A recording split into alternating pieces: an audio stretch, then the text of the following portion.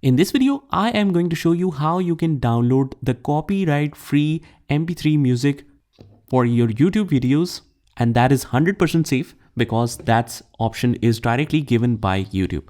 So you can freely use it in any of your videos, any sound effects, whatever you like. So what we can do is just head over to YouTube, and once you're in here, just click on the profile icon right at the top and head over to YouTube Studio. Once we are in here, we need to scroll down a little bit until we see this one, which is audio library.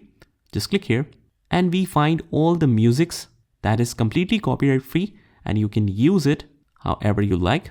As you can see, the license type, you can use this audio track in any of your videos, including videos that you monetize. No attribution is required, so that is great. So whatever you want to download, even if it is a music or a sound effect, you can just head over to any of them, and whatever you like, you can just click on download right at the area where it shows all the dates where or when it is added. So click on download and it will be downloaded right away in your downloads folder. Let's click on show in folder, and that's how you download it.